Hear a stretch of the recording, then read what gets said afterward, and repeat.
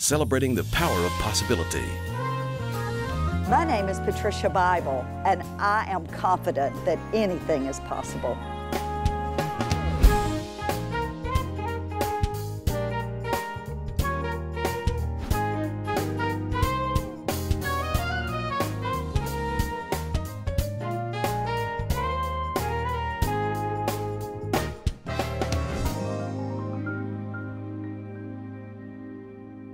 Welcome to Anything is Possible. This is Patricia Bible. This is part 2 of our conversation. I am enjoying this. I am enjoying you. Thank you for being here today. Thank you. And I think yours is really a story of possibility. It starts and stays in Morristown, Tennessee. You're right there next to the projects. You're right down the street from the pool. We met P.D. Seiler, the blind man who taught you to see, right? Yes. And then we meet this incredible man who starts out as brash and ends up being beautiful to you. Absolutely. Tim Bible. And you lost him. Yes. What year was that? 2001, November the 1st. So that was also the year of 9/11? It was. So you described it as a chainsaw from the top of your head down through the sole of your feet. You're literally torn asunder. Hardest thing ever happened.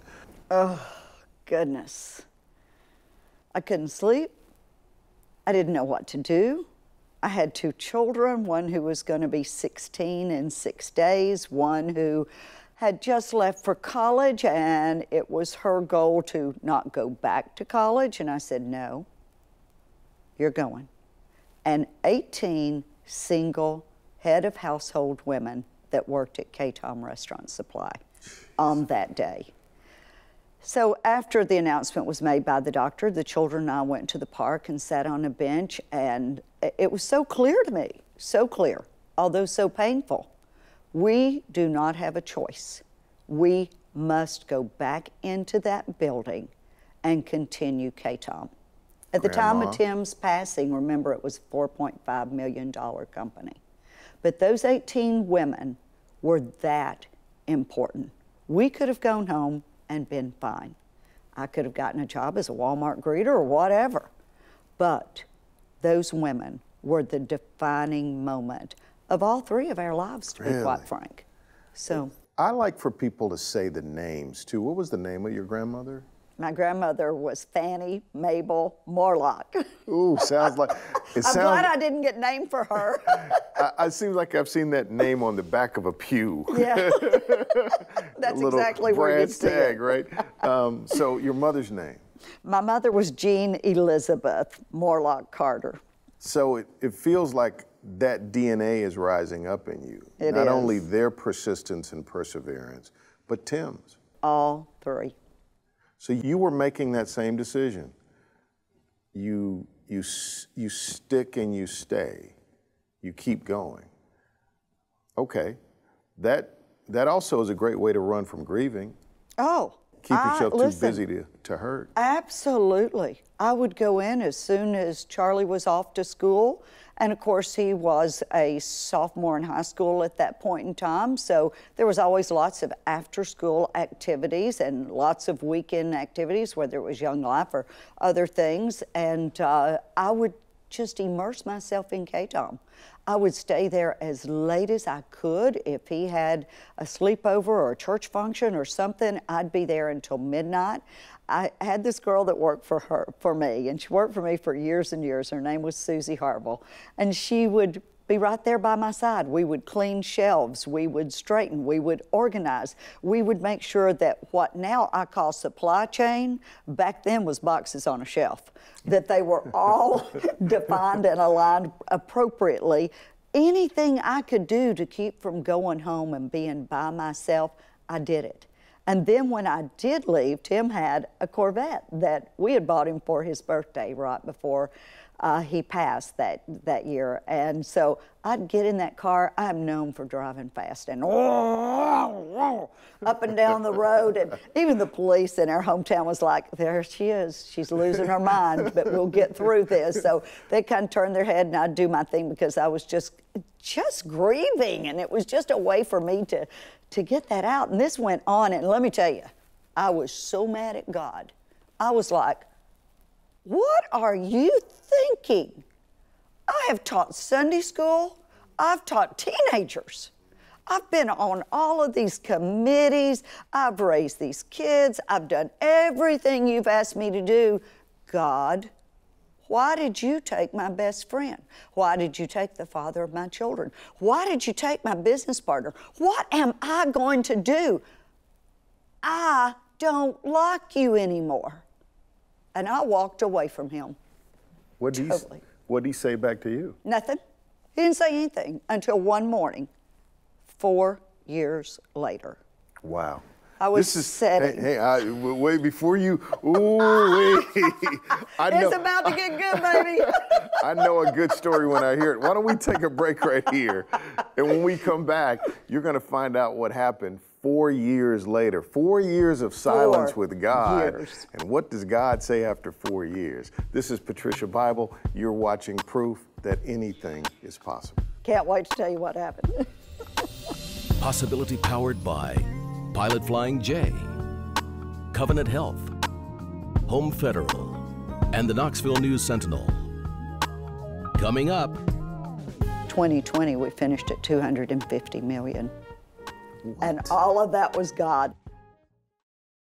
You know, if we look up in the balcony, you know Tim's up there giggling. Oh, laughing. He's already taken his glasses off and wiped his face. He's so beside himself. So when we left off, you're mad at God. By the way, God's had a lot of experience with people getting mad at him. He probably wasn't that scared, but you're like done. What does walking away from God look like for a person like you? I didn't walk back into church. I was a 3-4 times a week girl at my church. But you were done. I was done. I was like, I don't want any part of this. It was all about me. And I was judging this on works, my works. And I thought that was also important to God. He didn't care. He'll use whoever he chooses to use. But the beauty of God, there is so much grace. One Saturday morning, I'm sitting on my front porch, totally alone, having a cup of hot tea. I had the financials in my hand. I was sitting there looking through them, and this one number really stood out. And it said $16 million. We were at 4. 4 years later, we were at 4. I'm sitting there, and I'd never thought about it until that morning. And it was like, holy cow, how did I get from 4 to 16? And it was almost audible. There's only been about 4 times in my life that's been audible from God, and it was almost like a snicker. And I said, thank you, God. I am so, so, so very sorry. Will you forgive me? And it was as though, you ready to do this together? And I said, yes. And from there, 2020, we finished at 250 million. What? And all of that was God. All of that from that moment, 16 million to 2020. Wait. Sometimes I'm a little slow. Let me take off my glasses and get that. 4 million. You look up, and it's 16 million, and then 2020, I think what I heard you say was 250 million? Mm-hmm. You? Not me, him. From Tim to him. To him. Wow. How cool is that? Hey, I have a high school education. I'm not capable of doing this. I'll be very frank and honest with you. I've been fortunate enough to surround myself with some amazing, incredible people. Both my children, I'm blessed to have them in the building. It's been a ride like nothing I never could have thought or imagined. All in your hometown? Yes. Now, very quickly, okay. The company left Morristown at the $50 million mark. because we were absolutely doing turns, 27 turns on inventory per month. Something that's unheard of in this little shotgun. So for people who don't know what your business is, give me the 2-minute quick and dirty. What does K-Tom do? There we go. Yeah. I sell restaurant equipment and supplies. So whether it is a spoon or a fork or even the chair that you're sitting in or a refrigerator or a walk-in cooler freezer that's the size of this room or bigger. So wait a minute, wait. See, I know, now I see you're making a billboard for God, right? But here's the crazy thing. We had a pandemic in 2020. The restaurant business was supposed to be done. How do you make money in the restaurant supply business?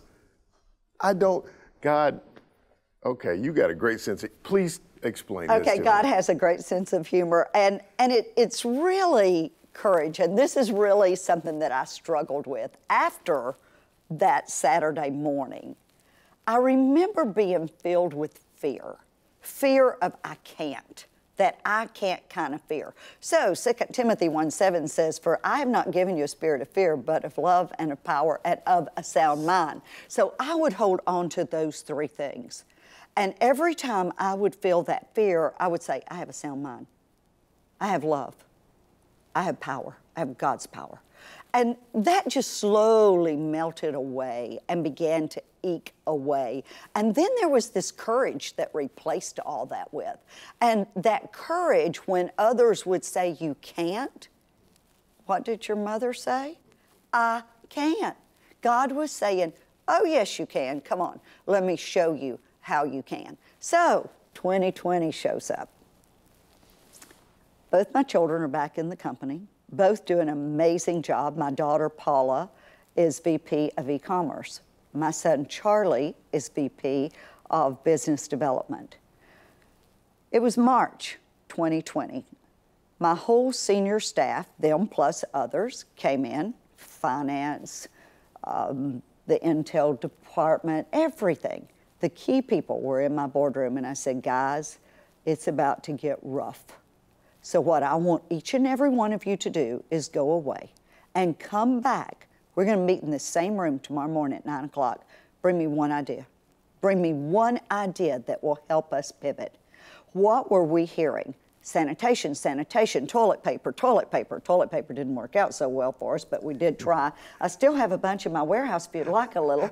But what did work out was my son came to the table and he said, I know what we can do. I made a couple of calls last night.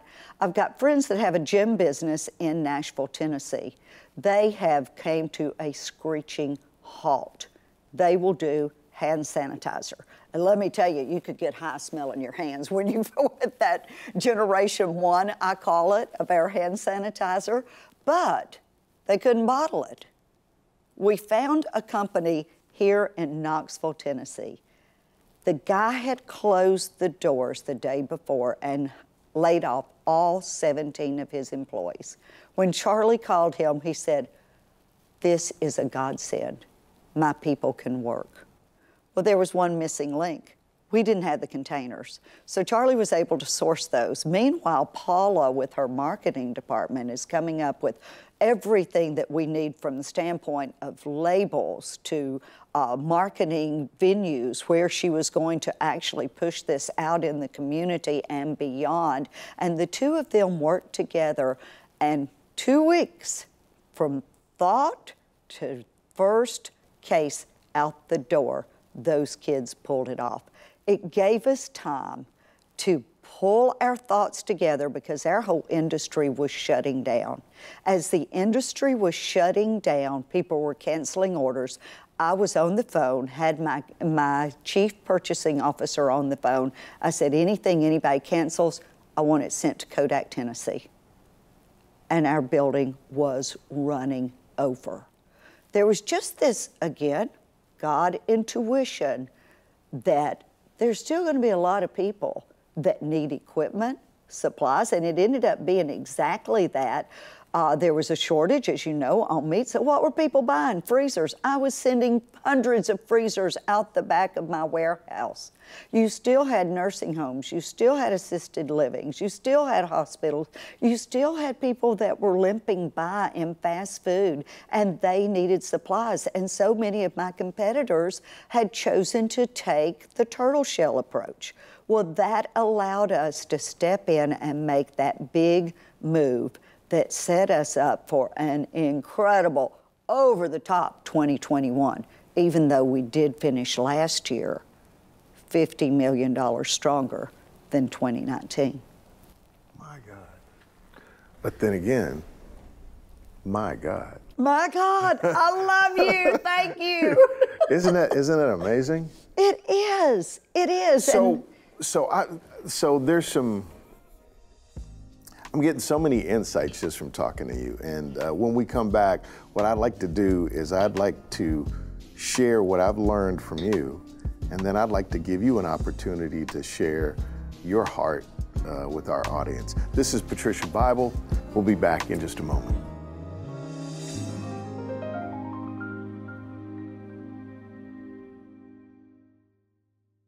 Patricia, what a story.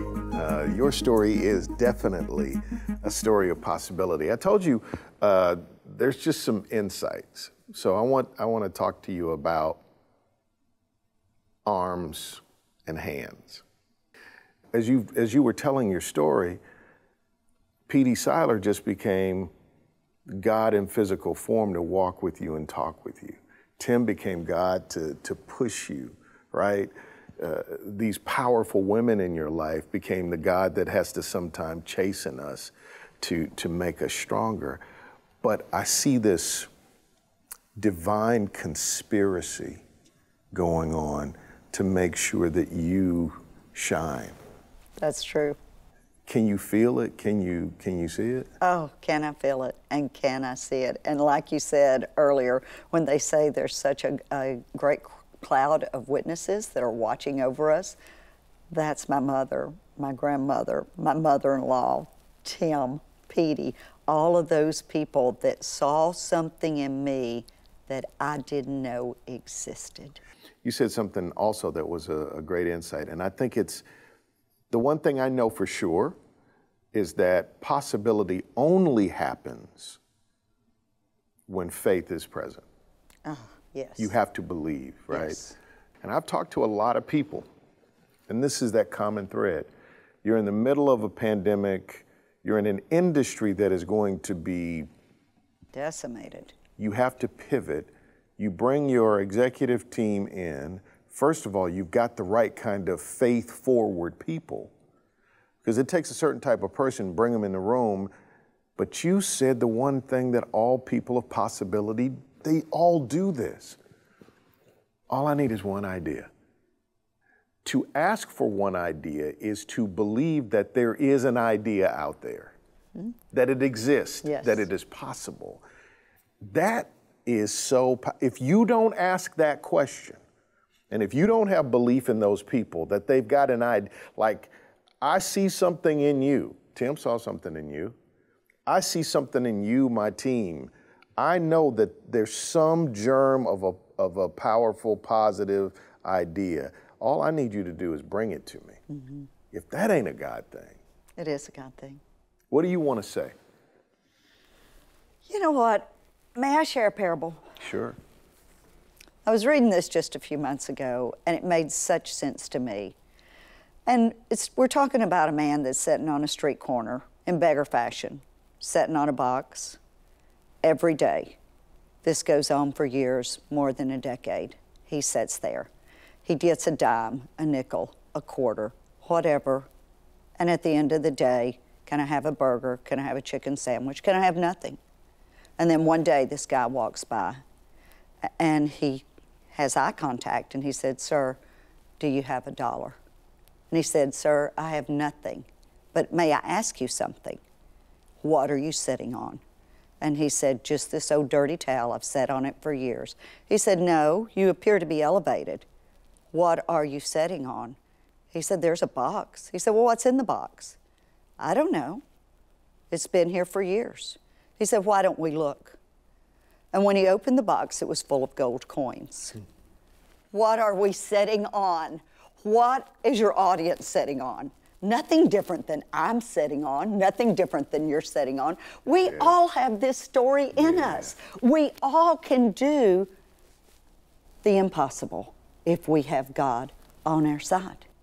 It's amazing to me that we can keep cultivating and that God can never outgive what we are able to give Him. Wow. He's going to keep going and going and going and expecting and expecting and expecting.